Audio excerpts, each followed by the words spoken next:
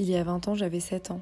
Je venais du bout de la terre admirer le quartier de Paris que j'habite aujourd'hui, fascinante façon dont nos premiers pas laissent d'immuables profondes empreintes, les traces émues que les souvenirs gravent en nous, dont on marque les murs, les pierres, les sculptures, en les ayant habités rien qu'un instant.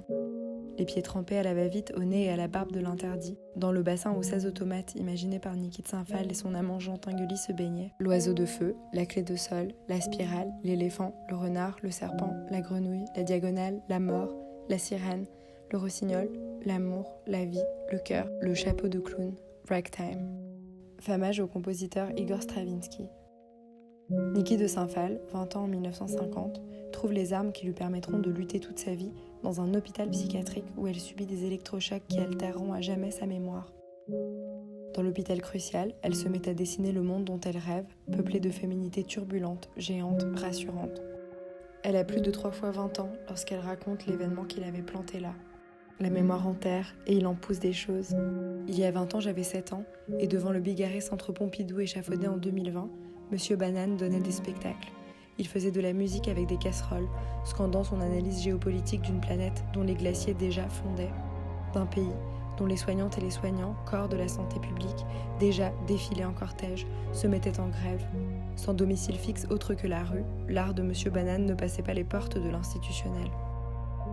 Il y a 20 ans, j'avais 7 ans, et dans l'ex-ventre de Paris devenu canopée d'acier, là où s'étalait jadis un marché gargantuesque semblable à celui où le petit virus qui déforme nos existences est peut-être né, flânaient des groupes de personnes de toutes les formes et de toutes les couleurs, cette même vie grouillante et immortelle qui subsiste sous #Jean Castex 19h, un chien rasta, une odeur embaumante de plantes qui se fument, et ce visage lové dans une main, une oreille au ciel, l'autre vers la terre, l'écoute d'Henri de Miller.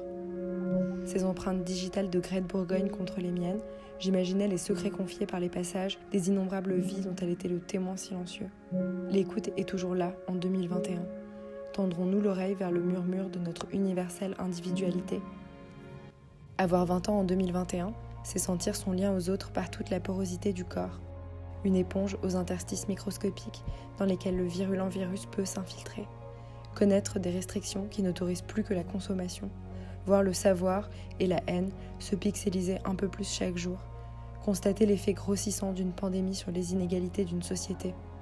Une loupe sous la lumière peut brûler. Habiter le mouvement rythmique des annonces venues du sommet du mont Olympe.